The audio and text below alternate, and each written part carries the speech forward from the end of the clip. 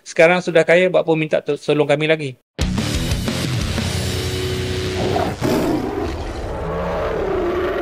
Pengundi Cina ini seakan-akan sudah bulat dan nekat sebenarnya. Cuma ingin ada satu keazaman saja. Kesan daripada impak politik di Sabah ini dengan 8-0 dan PKR hanya 1, bagi saya mereka sudah jelas untuk menentukan keputusan di Semenanjung.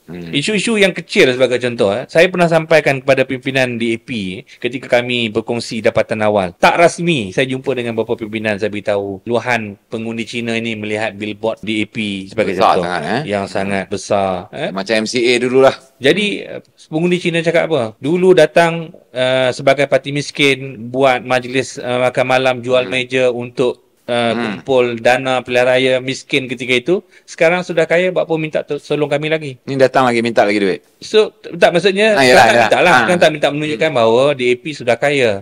So buat apa lagi kami perlu tolong? Jadi mesej-mesej sebegini walaupun nampak sinis, saya sampaikan pada peringkat awal. Pimpinan DAP tu macam agak tahu lah. Tak percayalah. Sedang